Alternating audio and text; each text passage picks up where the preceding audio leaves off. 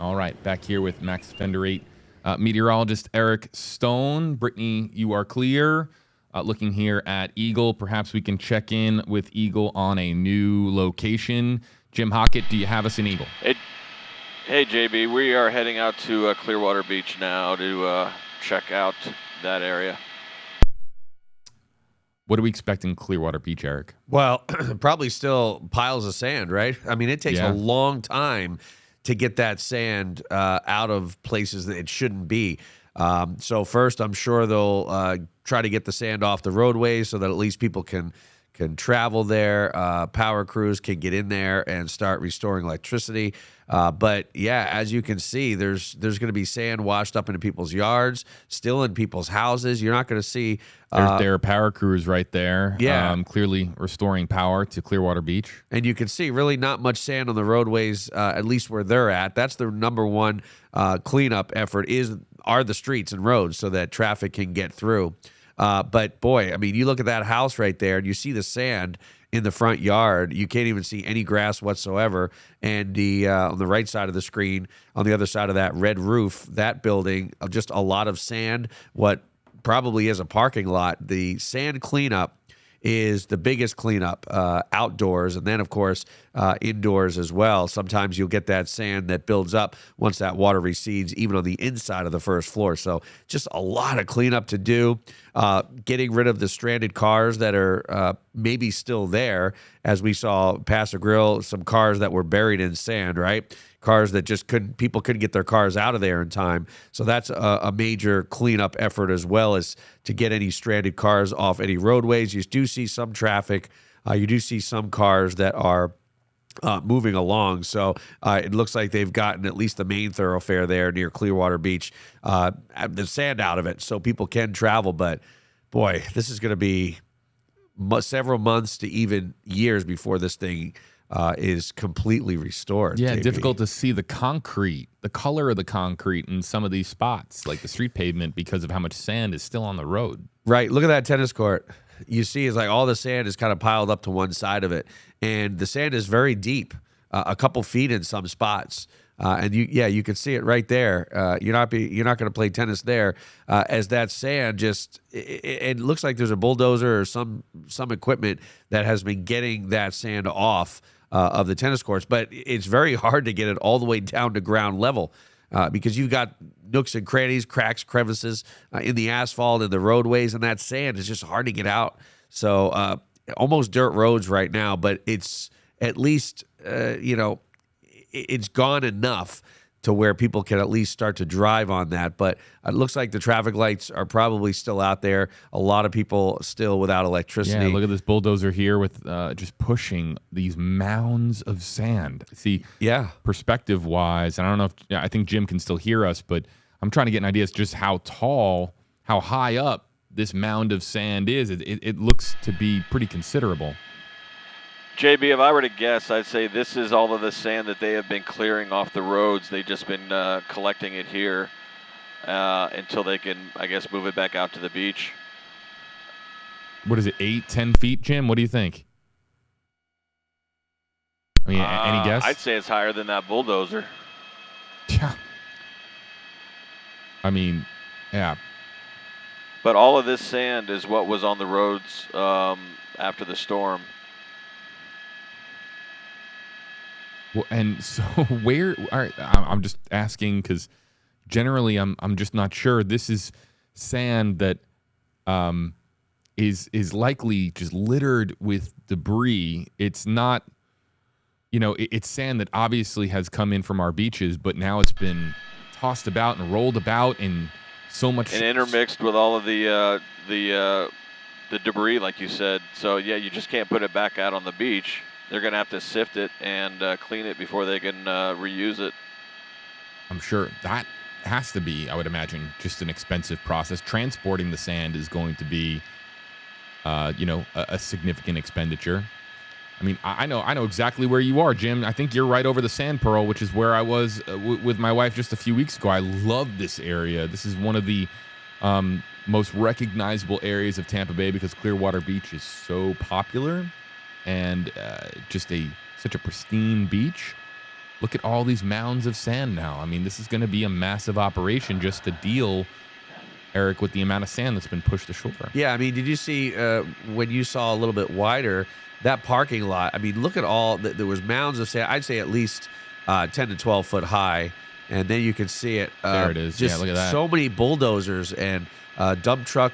You know, this is going to take a long, long, long time to get the sand. And like you said with the debris, it's not only the debris in the sand, but people I heard down in Fort Myers a couple months ago actually got cut by something that was in the water. This is 2 years after Ian. The problem is when the water recedes and that sand's brought with it, some debris is brought with it too. So even going to the beaches in the next several months, once they do reopen, you have to be careful that there could be sharp objects that are in the water that when the storm surge receded, it took pieces of wood, nails, all sorts of things. It's just such a headache. As we're seeing here, some of these here. trucks carrying that sand. Yeah, Jim, you had something there? Oh, sorry, I was just talking to our pilot, Steve. How you doing on fuel, Eagle?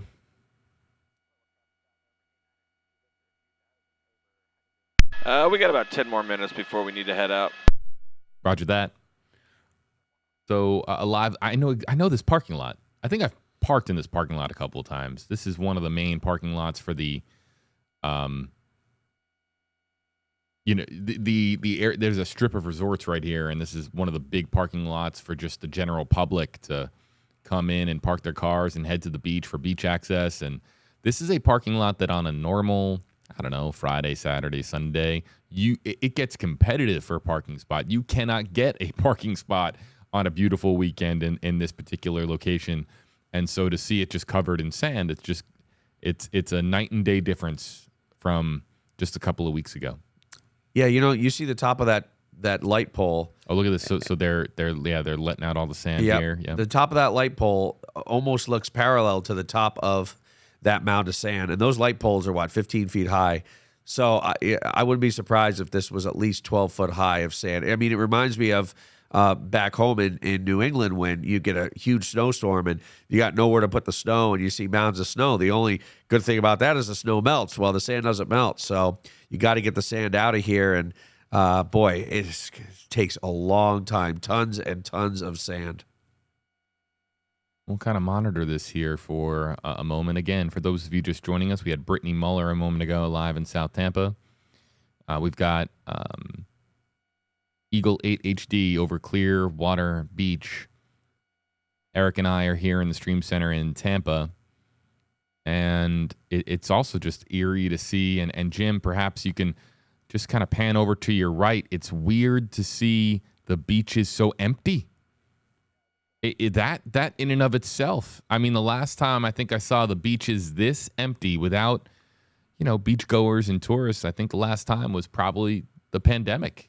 And even then, people who, in the height of the pandemic, were still, on the beach and social distancing, if you remember that, and drawing their circle in the sand, their 6 feet, if you will, carving out their 6 feet of beach. But, I mean, to see the beaches this empty, the word, post-apocalyptic has been tossed about. It's, I mean, look at the gazebo there. I mean, how many feet of sand have come up on this gazebo? At least a couple, 1 to 2 feet, I'd say, yeah. And look at the piles, just, all that sand was on roadways, and it's just being, where else put to the side of the road. There's nothing else you can really do, and you can't really see the asphalt. It's almost like snowplows. They're just kind of bulldozing the streets and pushing the sand to the sides of the streets. But then, of course, they got to get rid of it later.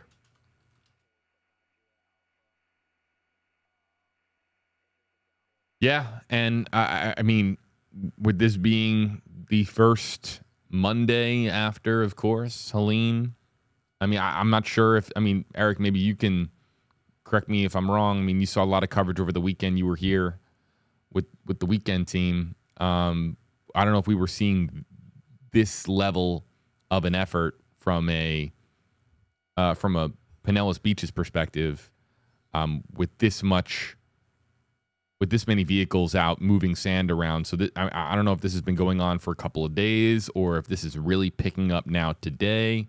But clearly a plan is in place. They're just trying to move sand and get it as organized as possible before, it actually gets moved out of the area. Yeah, they were definitely working over the weekend. You see all those sand piles. It takes a long time to transport sand to make those piles. So they've been working pretty diligently over the past several days. I mean, this is a prime tourist area, and soon we're going to be right into tourist season. And they want to try to get this cleaned up and try to get this as close to back to normal as they can, which is still going to be far from back to normal. But, with tourist season and people coming down here and businesses that eventually, want to get open in time for our winter here, which again is the hustle and bustle, Clearwater Beach and all up and down the coastlines, whether it's Pinellas or Manatee, Sarasota, or points to the north. So I think this is going to be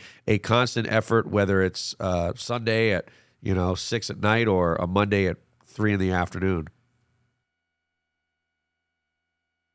Yeah, it'll be interesting to see when we start to see this place come to life again. Clearwater Beach is a major economic boost for the Tampa Bay region, for the Pinellas County, economy. And so it'll be curious to see when we start to see these rooms filled again, these parking lots filled again, these restaurants open and vibrant with customers from all over the state, all over the country, all over the world. This is for those of you joining us outside the coverage area, the heart of Clearwater Beach, St. Pete Beach, these are some iconic destinations for people that come here, that people will literally come from around the world because Clearwater Beach, St. Pete Beach, often ranked among the best beaches in the country, if not some of the best beaches in the world, known for their pristine sand. The quality of the beaches is just absolutely spectacular. Just the water quality, and the clarity that you have, the visibility in the water, it's picturesque. It looks like it belongs on a postcard. Believe me, it's been on countless postcards in the past, and so there are people that are likely watching this from all over and know this area very well. And yeah, it makes your heart sink, but everything here will get built back bigger and better than ever before. Every time that Florida gets hit with a hurricane, the object is to rebuild as smart, with as much, thought as possible to how do we prevent this level of devastation from occurring again. And so, that Clearwater Beach will, get back on its feet, as will St. Pete Beach, as will Hernando Beach, and all the way up to, we didn't get to Crystal River today because of inclement weather. You were tracking that, I saw on the midday show, Eric, that we had a cell over the Crystal River area that prevented Eagle from getting up to Crystal River. But this is an area and so many others that will rebuild bigger, better, stronger than ever before. And it's because of the resilience that we have here in Florida. And because this is not, to be frank, this isn't our first rodeo. We've been through hurricanes before. Now, this is historic devastation, storm surge that we have not really ever seen before.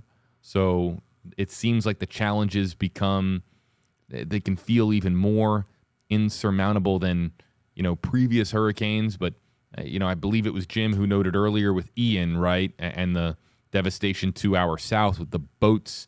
Jim, I don't know if you can still hear me, but I remember the live stream like it was yesterday when we were live over, Fort Myers, when the boats were just stacked up on one another. If, you can rebuild from that, there's hope that you can rebuild really anywhere on Florida's Gulf Coast. Yeah, I believe that was almost exactly 2 years ago to the day that we were down there. And it picked up those the shrimp fleet boats like they were nothing, like they were toys, and just tossed them up onto each other. Not really seeing that a whole lot here. A lot of the boats seem to fare pretty well.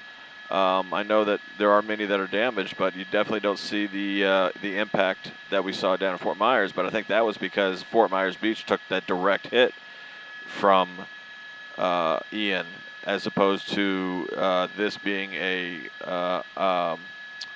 offshore event, a storm surge event. Yeah, it's why having Jim up in Eagle today is helpful, because Jim has seen a lot from Eagle. And so we continue monitoring the situation here from Clearwater Beach. And if there's, that's perhaps a bit of small silver lining, if you will, Eric, because you remember the scenes from Fort Myers extremely well, I'm sure. Yeah. There's still, as of a couple months ago, there's still boats in mangroves a half a mile away from Fort Myers Beach. Believe it or not, almost 2 years later. And he's right. September 28th, which is 2 years ago, is when Ian hit. So right about now is when we were surveying the damage. And boy, the boats that were piled up, not just at the beach, but the Caloosahatchee River, which is what runs right through downtown Fort Myers. There's several marinas and even really, nice boats, yachts that were just in downtown Fort Myers, just blown ashore and on the roads and all over the place. And that was along a riverbank, right? That wasn't even the Gulf of Mexico. So again, in regards to, building better, you look at Hurricane Andrew and the devastation. That was mass devastation. And building codes were updated. Things were, different rules were in place building new homes. So in regards to this, people may decide to build, on stilts or elevated to kind of get rid of the first floor flooding aspect that so many homes and businesses are going through right now. As far as, talking about when businesses open, obviously that's going to be a while, but businesses that are elevated, I know some areas, some restaurants at Clearwater Beach, you have to walk upstairs to get to. Businesses that were not inundated with, storm surge because they were a little bit higher will probably be able to open sooner than later, but it's still going to take some time. Yeah, Jim, can you zoom back in there? Because is that looks like the remnants of a boat fire, or at least what appears to be the remnants of a boat fire. It was right? a car. Oh no, that's a vehicle. Yeah. You're right, Jim. You're breaking up a little bit. I'm sorry, if you could repeat that. Yeah, no, I was just saying that it's a car fire that had a boat attached to it. I mean, burnt to a crisp. I mean, and then damaging the front of that boat. I will say, what you guys were just talking about building codes. What I noticed down in Fort Myers, where a lot of the homes that were damaged were clearly pre-Andrew construction. Most of the homes that were newer built after Andrew, after new building codes, did a lot better. And down here, I think what you're noticing is that I think a lot of the building codes now require elevated structures along the coast. I don't think you can build one-story structures like this anymore from scratch. These are all older homes or remodeled homes, and that's where you're seeing a lot of the flooding damage are on the one-story homes. The two-story homes or higher did a lot better, but these one-story structures are the ones that have a lot of the flooding damage to them. It's a great point, Jim. Again, if you're just joining us, Eagle8 HD is live over the Clearwater area. Yeah, in regards to those, when I was down in Fort Myers Beach and Naples and Vanderbilt, I walked several miles. It's just, I was so fascinated to see the difference in the damage where homes that were pre-Andrew weren't even there anymore. Like, they were completely devastated, but the concrete homes withstood the wind. Now, in this case, it wasn't necessarily a strong wind event versus storm surge. Fort Myers Beach and Point South, it was both. It was 150 plus mile an hour gusts plus storm surge. So you really got to see those old pre-Andrew homes unfortunately completely destroyed because they're grandfathered in. It's not like, if you had a pre-Andrew home, you had to demolish your house and then build a new house according to code. So you really got to see those weak structures pretty much not even there anymore. And now you see empty lots along those beaches where those structures used to be. Exactly. And I'll say that when I was down there, you would see flattened homes just completely destroyed right next to homes that looked like they were untouched because they were new construction. And that's how you could tell the new homes from the older homes, because the older homes didn't stand a chance. But the newer homes that were built to new post-Andrew construction codes did really well, comparably. They still had to deal with flooding, with a lot of water coming in on the first floor, but at least the structures were intact. But that's the thing is that a lot of those homes now, I think, are required to be built up. They could still have something down, on the lower floor, but most of the structure, most of the home, is second floor or higher. Yeah, that's true. A lot of the garages and stuff like that may be on the ground level, but the actual house itself is elevated. JB, just to be advised, we are landing for fuel. All right. And that will wrap up our live stream. A thank you to Eagle8 HD. And a thank you to Max Fender 8 meteorologist Eric Stone for joining us. The very latest, folks, on WFLA.com. We'll continue to have live streaming coverage of the aftermath of Hurricane Helene. Again, all your resources on WFLA.com. And if you have any damage reports from the area, you can send it in, photos and videos, to WFLA.com/reported if there's something you think that we need to see. Thanks for joining us. We'll see you soon.